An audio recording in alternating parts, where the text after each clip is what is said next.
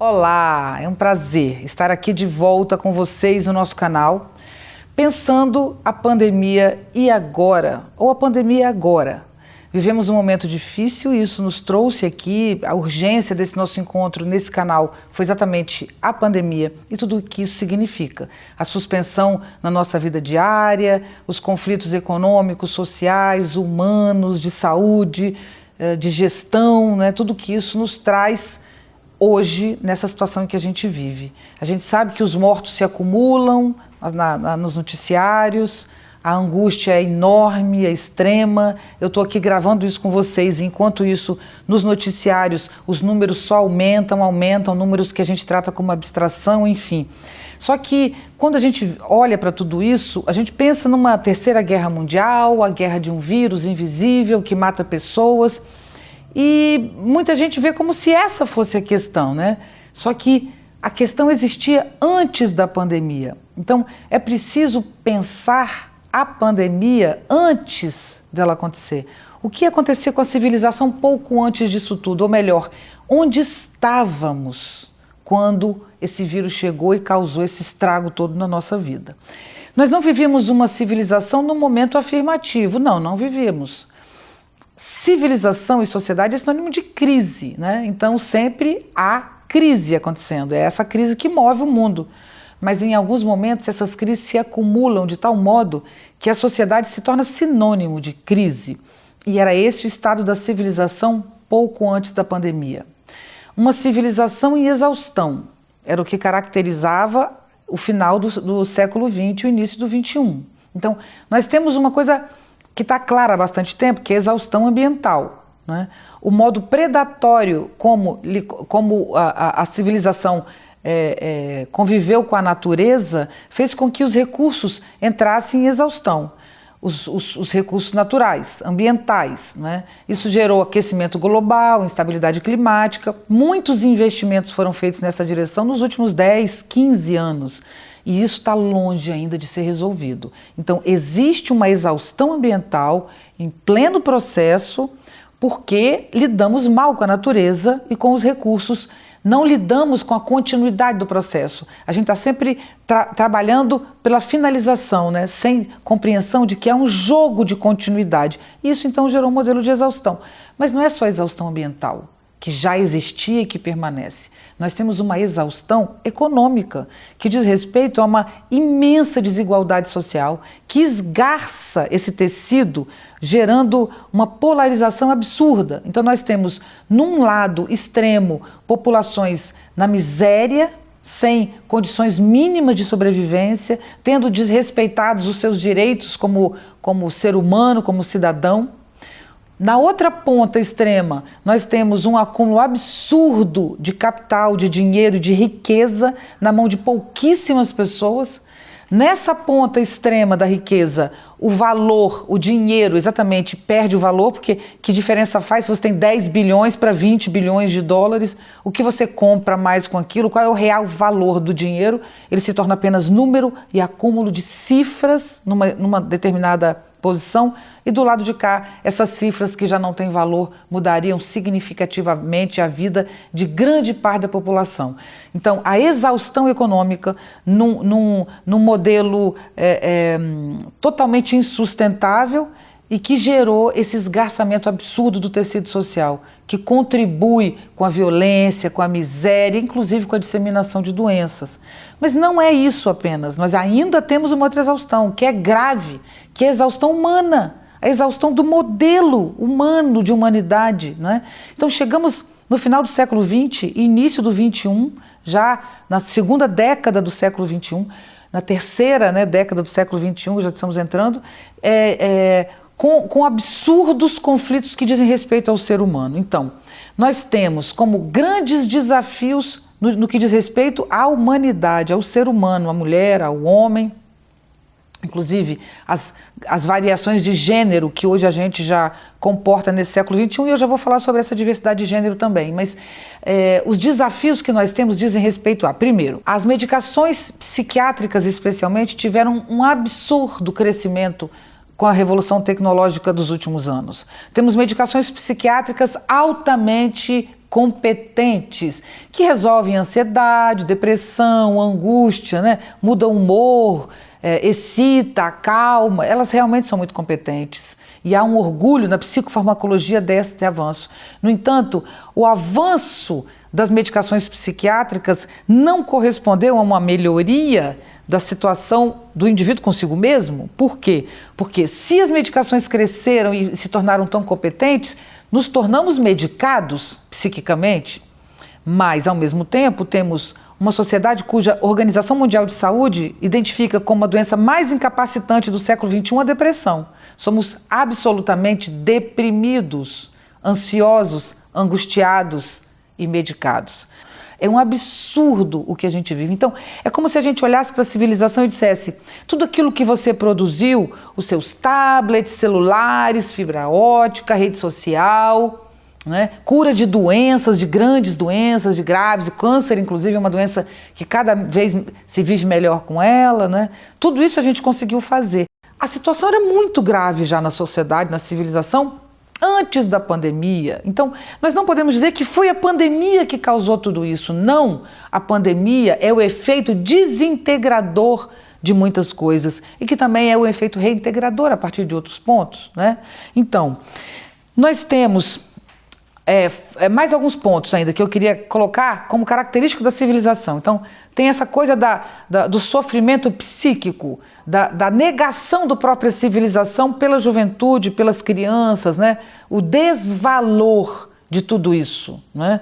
Por meio do terrorismo, do suicídio, da depressão, da automutilação, do feminicídio. Agora vamos abrir outra porta, que é as mulheres que são a grande revolução do contemporâneo, são as mulheres virando a mesa sobre a posse do seu corpo, sobre a sua liberdade, sobre a não submissão a um modelo classicamente masculino de civilização que preponderou até agora. Aí as mulheres começam a virar a mesa a partir primeiro do seu papel na sociedade, do domínio do seu corpo, da liberdade que elas buscam, nós buscamos, mulheres, mas não só isso.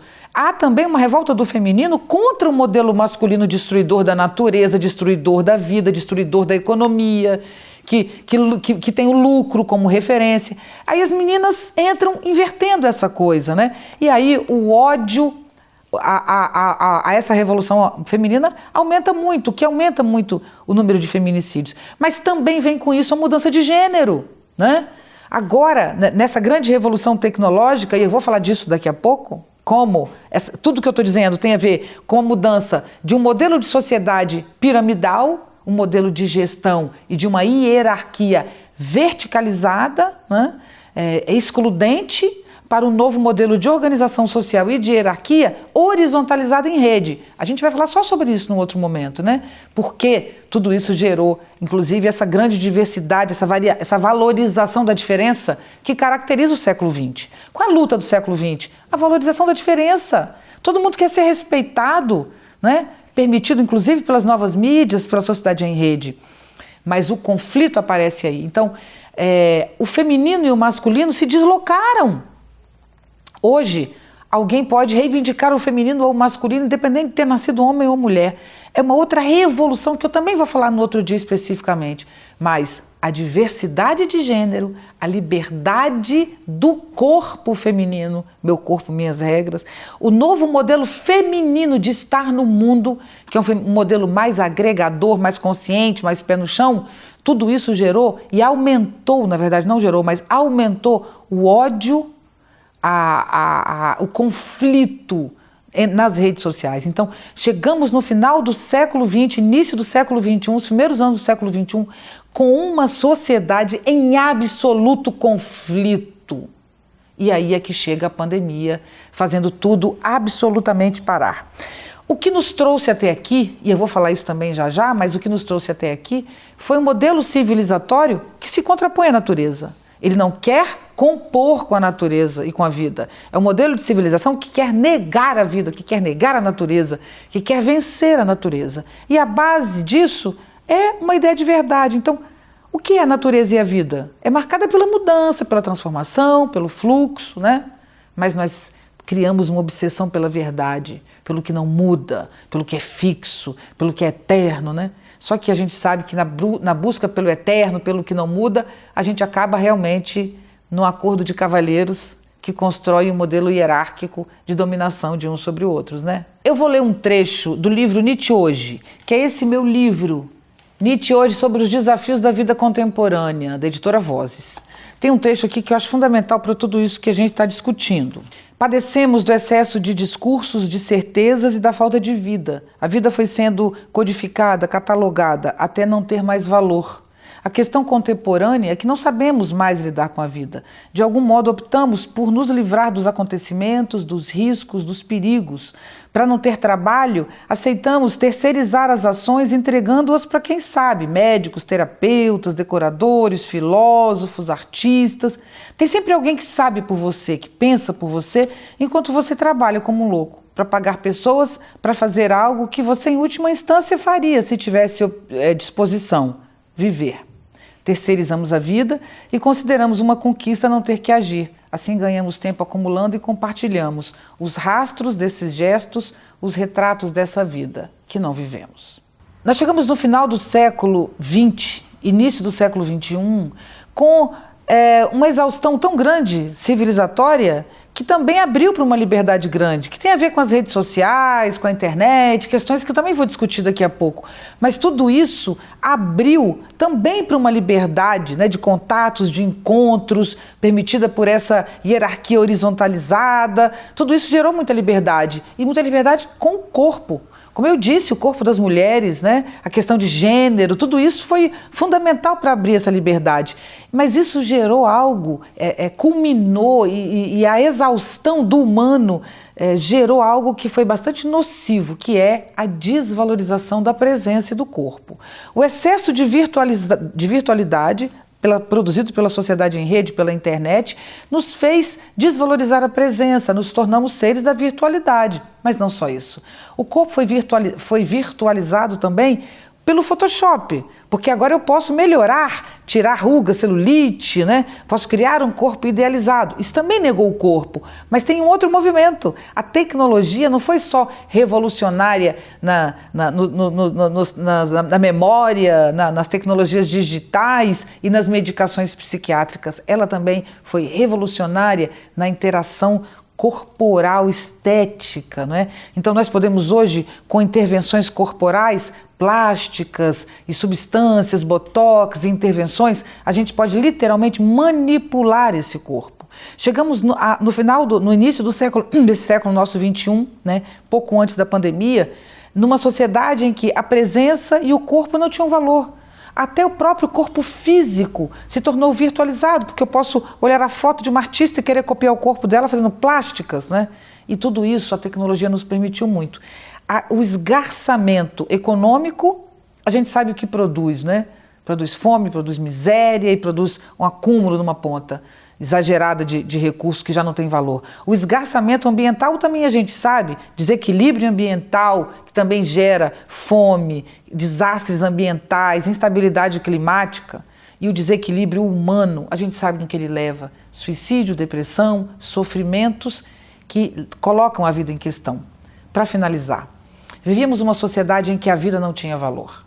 O que caracterizava o mundo em que estávamos pouco antes da pandemia era a desvalorização da vida. A vida como experiência, a vida como acontecimento, né? E eu adoro citar uma música que a Marisa Monte canta, que é dos Tribalistas, que ela diz: eu caí de uma placenta no fim dos anos 60. Então, a vida é isso. Um dia você caiu de uma placenta porque a sua mãe fez amor com seu pai e às vezes nem amor foi. Pode ter sido por acaso, né? Assim a vida acontece. Apesar da gente gostar de histórias mais românticas, você caiu de uma placenta e você existe no mundo, é isso a sua realidade. E um dia a sua vida não estará mais aqui. Isto é a sua vida. E você briga para que ela exista, para que ela se fortaleça. Isso é a tua vida. Isso é aquilo que você tem, com o qual você deve lidar. A sua vida, ela existia antes de você, ela existirá depois de você. Você não sabe o que você está fazendo exatamente aqui, nem para onde vai. É essa relação que a gente tem com a vida, de desconhecimento, de instabilidade e de absoluta fragilidade. Diante desse fenômeno vida, a gente constrói a civilização. A civilização é algo que acontece no mundo e que existe ali para nos fazer lidar com a vida. Mas a civilização passou a ser algo que nega a vida. Nós não queremos o sofrimento, a perda, a morte, a velhice, não queremos as rugas, a celulite, a gente quer uma tecnologia que faça a vida não ser o que ela é. Só que a vida é muito maior que nós e a pandemia está nos mostrando isso. Sairemos dessa pandemia tendo a vida como um valor enorme, porque viver é olhar alguém, é cumprimentar alguém, é trocar, é presença, é experiência. A experiência de um abraço, do contato, da voz de uma pessoa querida, de reencontrar alguém e saber que essa pessoa não morreu durante a pandemia. Tudo isso vai ser muito intenso na nossa vida. Uma coisa que a gente não tem dúvida que vai acontecer, mas que a gente pode valorizar é a reavaliação da vida a partir da experiência inédita de viver. Esse é o ganho que eu espero que a gente tenha. Muita vida para você durante essa pandemia, muita vida para todos nós depois dessa pandemia e que a gente reaprenda o valor do encontro e das coisas simples. A gente se vê na semana que vem para continuar esse assunto e a gente vai falar na semana que vem de onde viemos mesmo. Como que chegamos até esse ponto? Que civilização é essa? Eu espero vocês lá. Um abraço a todos.